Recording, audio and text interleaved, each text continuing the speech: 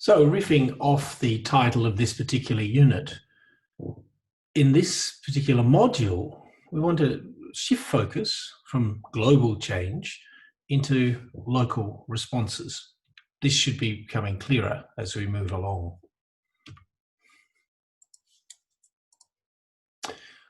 One of the places that we will visit via a paper is the Chiapas region of Mexico.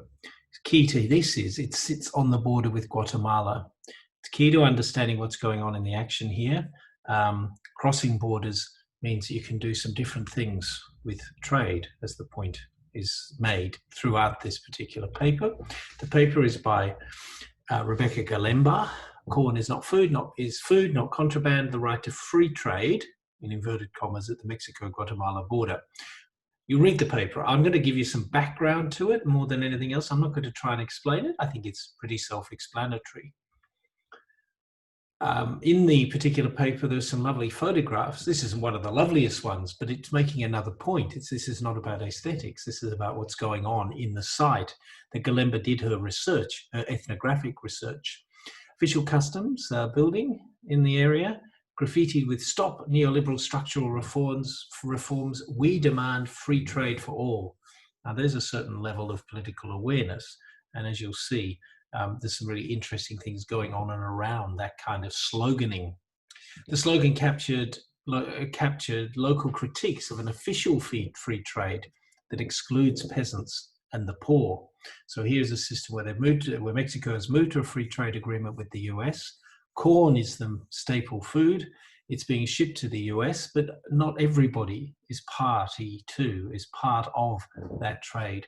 Some people get more marginalized than ever in these particular moves, in this move to free trade. I suggested that the research is based on ethnographic practice, ethnography being an approach to research that reflects a commitment to participation in the lived experience of the social actors, forming the center of attention in that project. So we're talking about people, a study of people in situ as they are, engaging with people and understanding the world through their experiences, so through the experiences of these others. Some core concepts that I just want to make sure that you've got some awareness of before you do some of the reading, before you venture further into the readings that are before us. Moral economy comes up a few times. In both papers, economic activity rooted in the mutual obligations that arise when people transact with each other over the course of time. A recent quote from Carrier, definition from him. We're all part of a moral economy then, in other words. Our kin networks are certainly very much a part of that. We may not like to think of it as being economic activity, but of course there's quite a lot of economic activity that goes on in any family setting, rooted in mutual obligations arising when we transact with each other over the course of time. Friendship networks, our workplace is a place of moral economy. It's not just about a transaction of money. It's a transaction of trust. It's a transaction of relationship in many ways, as all trade is. Study, our maybe church organizations, sporting clubs, the everyday life is filled with these kinds of moral transactions.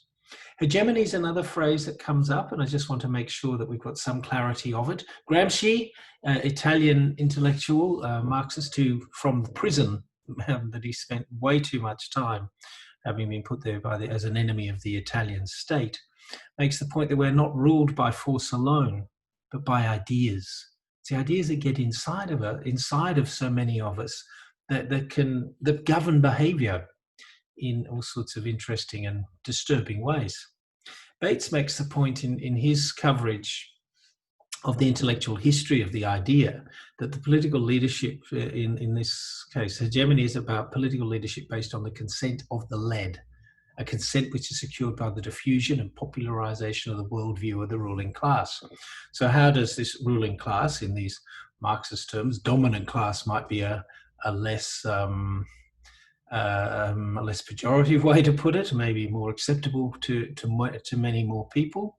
Important vectors of the dominant or ruling ideas include formal education systems, of course. The mass media is involved in this, the reproduction of cultural beliefs also. So these ideas get into common circulation and practices. And to give you one example of something I've written about just recently, well, fairly recently, reflecting on research I did in Karratha, I reflected there about the response often to people who do not have high levels of formal education, who are earning a fortune in the place, much more than some of the professionals in the town were earning, especially the teachers that I was interacting with there. And what I was thinking about, what I reflected on in this paper, is what I've come to call the modernist myth of education-based meritocracy.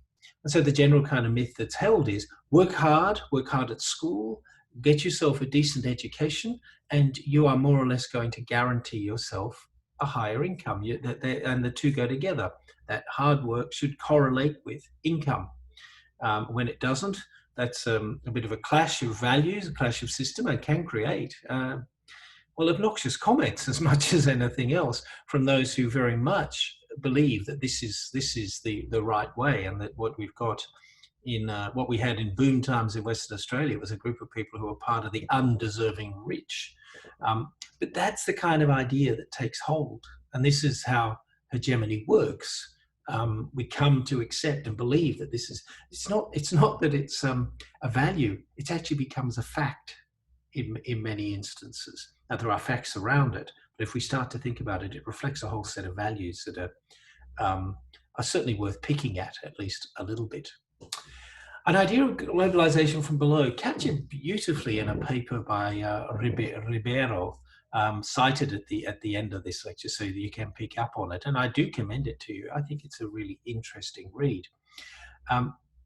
So he talks about hegemonic globalization, and how it's characterized by multinational, transnational agents, actions to seek out neoliberal capitalist goals, state reduction, structural adjustment, privatization, support for private enterprise and capital, the stuff that we were reflecting on, thinking about last week. Foreign markets, free global trade, weakening labor legislation, scaling down or phasing out of the welfare state, and so it goes. So hegemonic globalization in recent times has come to be characterized by that, taking over the older hegemonies, the older sets of ideas that were in place. And what he writes about in the paper is that he's interested in non-hegemonic globalization, where the nation state's normative and repressive roles are heavily bypassed on the economic sphere. He wrote this particular paper in a border zone as well, another international border.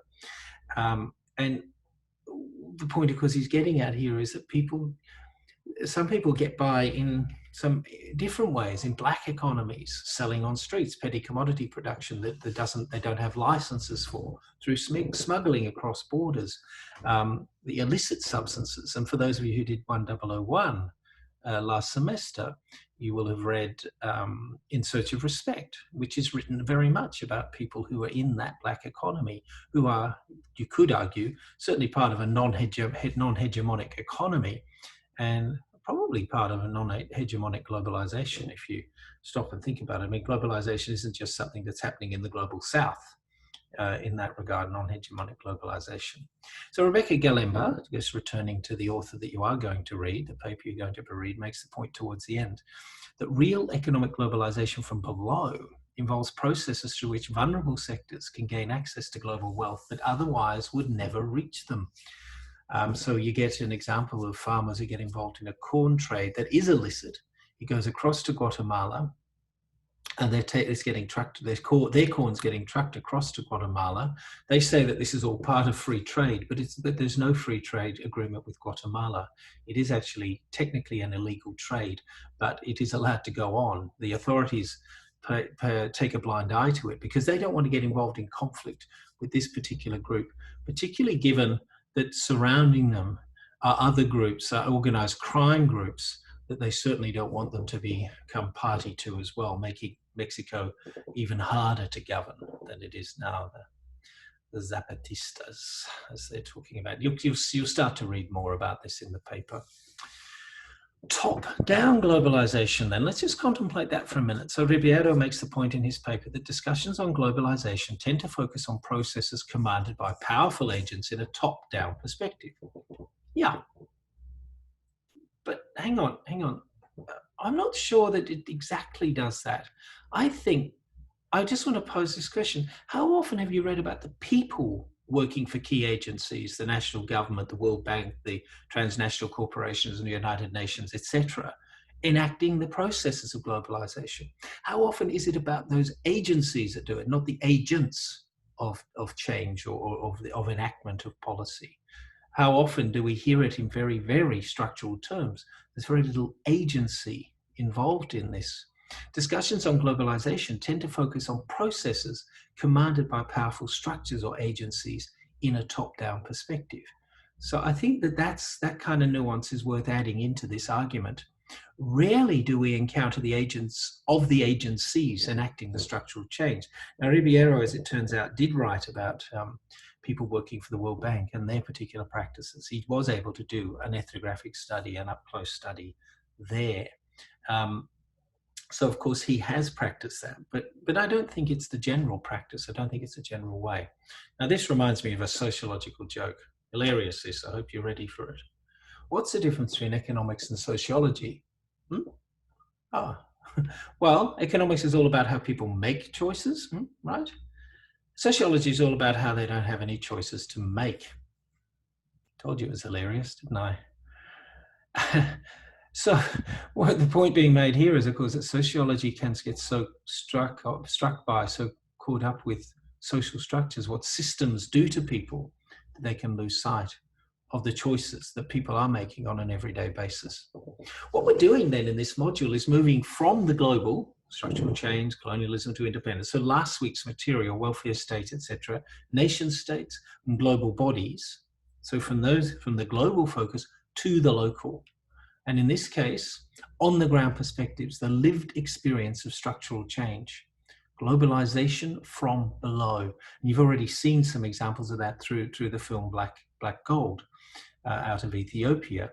A globalization from below, as they attempt to get themselves positioned into the market differently through fair trade. And ethnographic perspectives, these perspectives up close. And I'd suggest to you that the film has an ethnographic quality to it. We won't get into debates about what constitutes that. What we're moving here then is from structure to agency. That's part of where the focus is shifting as well this week in this particular module. So being sociological, globalization involves the inexorable integration of markets, nation states, and technologies to a degree never witnessed before. So here, this is a sociologist writing about globalization. Now, what form of globalization? Remember that that's one of the points I suggest we should get clear about. Well, this seems to me to be an economic materialist version of globalization. Inexorable, inevitable, impossible to overcome, that kind of an idea. Worth contemplating, we'll keep contemplating it. I want to just highlight then differences between cultural globalization and economic globalization. Cultural globalization, the increasing intermingling, centers of cultural diversity, language, the main agents of which are migration, commodity exchange, global media, tourism, and telecommunications. Holmes, Hughes, and Julian in a general text of anthropology writing about that. So people are very much in view there. Economic globalization, consumption mediated by money, the dominant media of exchange. Politics and economy is integrated in an abstract, anonymous, globally connected network of investments, exchange, and migration, as if people have nothing to do with it, is how it can often appear. Individuals cannot affect the system decisively, says Erickson in his marvelous little book, Small Places, Large Issues.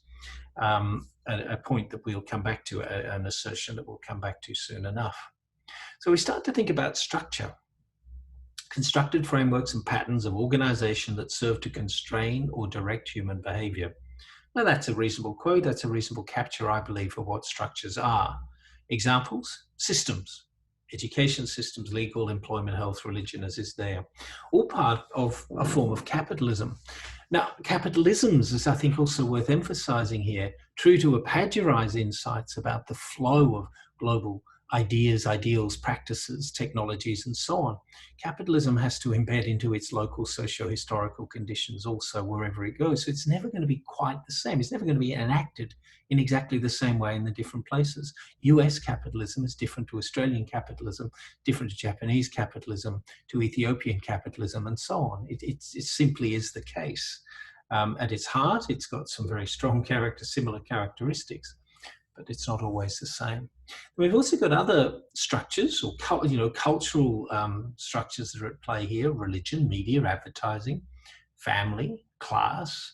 Now, where do they sit in terms of it? To what extent are they structural? To what extent are these cultural forces in our lives, the beliefs and the values that we learn and are imbued with as we move along, as opposed to these systems that can sit outside of us, all produced culturally, all produced locally in lots of ways, but they still have this superstructural kind of image with them as well. So then we can get to ideas like capital relies on poverty. The system does not let you escape. You're born in the slum, you die in the slum. Those kinds of ideas, which statistically are correct, but it can have this to it. It can really move very much towards a form of social determinism, economic determinism, if you will, this sense of there is no escaping the structures, and they do things to us, and we just simply cannot break free of them.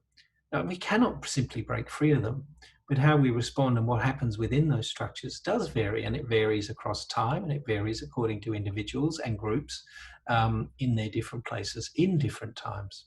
Is fatalism the only choice? Well, I guess I'm hinting that I don't believe it's the case. It's one of those kind of rhetorical questions I'm throwing into the mix, because I think it is important that we put the economy in its place. The material means provisioning processes in cultural systems, that we think of the economy that way, a system for producing and distributing goods and services. The economy is part of a social totality. Now, I think that's really important. And you probably hear this all the time. You probably use the phrase all the time. We'll talk about the economy as if it actually exists as a thing rather than a concept, as a way of capturing a set of relations, a set of values, a set of movement of money and the ways in which material wealth is garnered, the ways in which money moves around. It all gets captured in this umbrella term of the economy, metaphor if you like, but it is treated as a thing. It gets thingified, reified, to use a more technical term. Economic questions, though, are social questions. So as we're going to see when we've already considered the production and selling of coffee beans, we're going to read about the production and selling of maize or corn. Later on, we're going to be looking at things like beauty pageants in India, cultural industries, the movement of globalizing of particular forms of music, metal music, and other forms that you'll be invited to do some research on. We'll also be looking at immigration stories as well, which are economic often in their nature, but they're very much, of course, social activities. So there are social questions always at play. To contemplate the idea of agency, the online dictionary of the social sciences puts this idea forward, focuses on the individual as a subject, social action purposefully shaped by individuals within a context to which they've given meaning, usually contrasted with those sociologies which focus on social structure and imply the individual is shaped and constrained by the structural environment in which they are located. Now, there's certainly truth in that, but before you write that down as a kind of gospel definition of it, please consider this. Schultz and Lavender writing a first year, a general introduction to anthropology. Human agency is not understood as absolute. We are not free to chart our own destinies unimpeded. Quite the contrary, our agency is circumscribed by various limitations that result from the deployment of social, economic, and political power in the societies in which we live. Now, this particular definition coming out of the Dictionary of the Social Sciences online has a certain historical quality to it, but I don't think it's at all consistent with contemporary versions, contemporary sociological views of agency and structure, which are much more often portrayed these days as interweaving, as interwoven, impossible for one to separate one from the other in the ways that is happening in that particular definition. So much more consistent with the ways in which the anthropologists Schultz and Lavender put it. So being sociological, again, just trying to think this way, and just returning to this earlier frame, globalization involves the inexorable integration of markets, the form of globalization, the question being asked there, and the question being asked about it being inexorable. Reducing globalization process to economics and technology is limiting, I suggest, and this is a heuristic device. This little triangle that I like to present from time to time. So if we think about the individual, and sociology is very much focused on the relationship between the individual and society. If we think about the individual, as individuals, we have agency. We make choices all the time, but those choices are always cultural choices. They're always led to some extent, to greater and lesser degrees, by the beliefs and values that we hold, that have been imbued into us. They're also constrained by structure. You know, is this a legal activity? If it's going to be illegal, that's an interesting choice to make. But taking part in processes legally is also a choice that we make. It may not feel that way, but it is. We don't have to, just because we've always performed it that way, doesn't mean that we will always have to and always will. It is always a choice. So we're making these choices, but they're always constrained. Technology, it's important to understand, is socially shaped, just as it is socially shaping.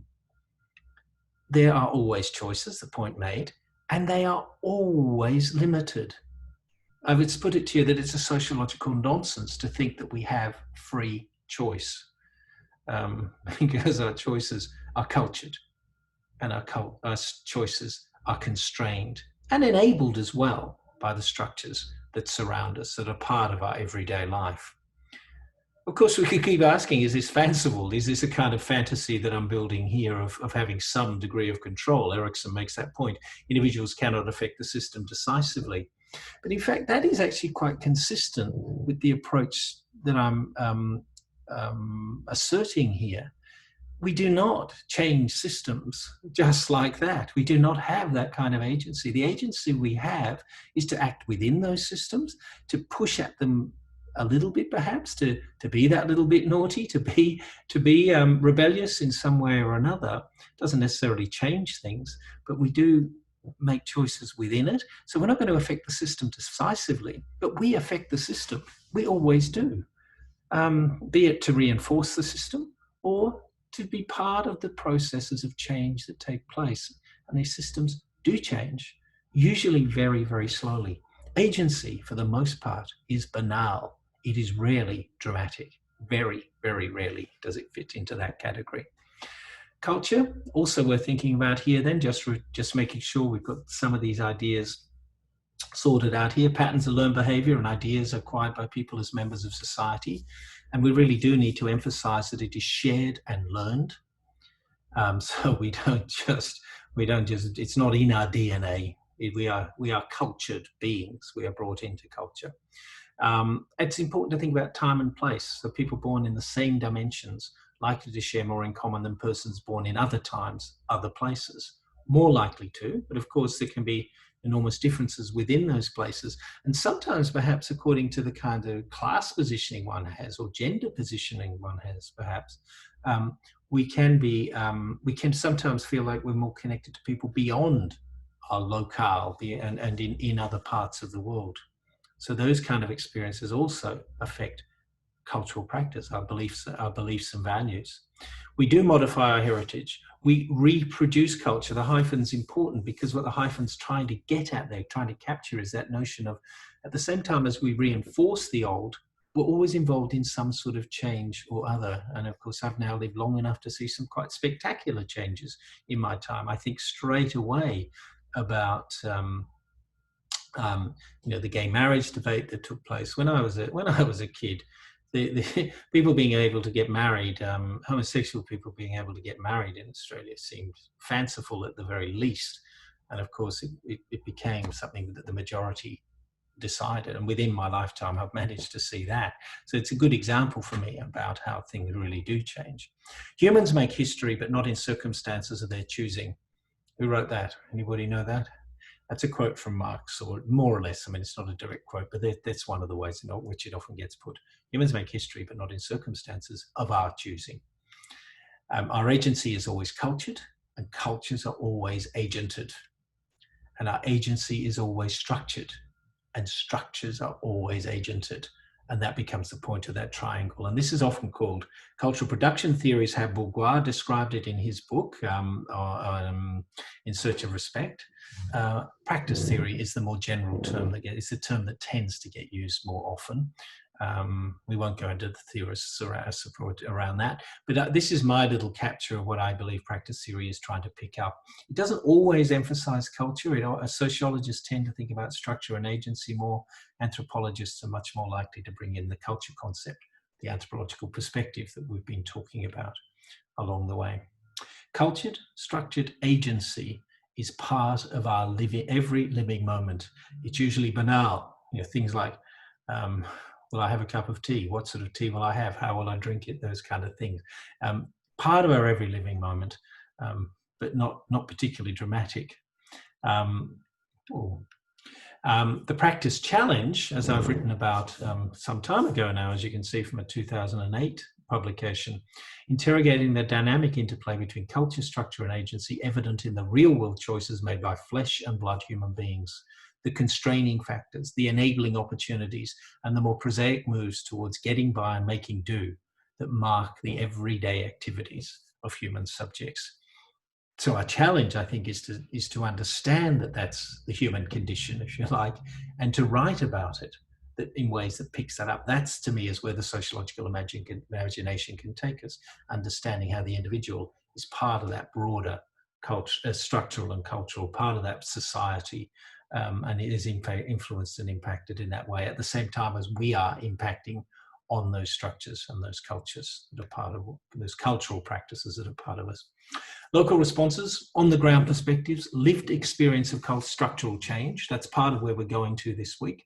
Thinking about globalization from below, an ethnographic perspective, participatory observation and listening, capturing the views of another, or more pertinently of others, of quite a few others. We're trying to get it from the agent's point of view, and we're trying to get at the lived experience of making do and getting by in coffee growing regions, in corn growing regions of the global south.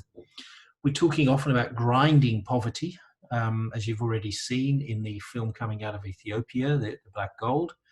It's about farming and trade, and about how the people living in those different places are trying to revise the forms of trade, from free trade to fair trade in the Black Gold case. And in the case you're about to read about, from state-sponsored trade to free trade, so the larger free trade agreement, which actually meant for the people in the Chiapas region, no trade.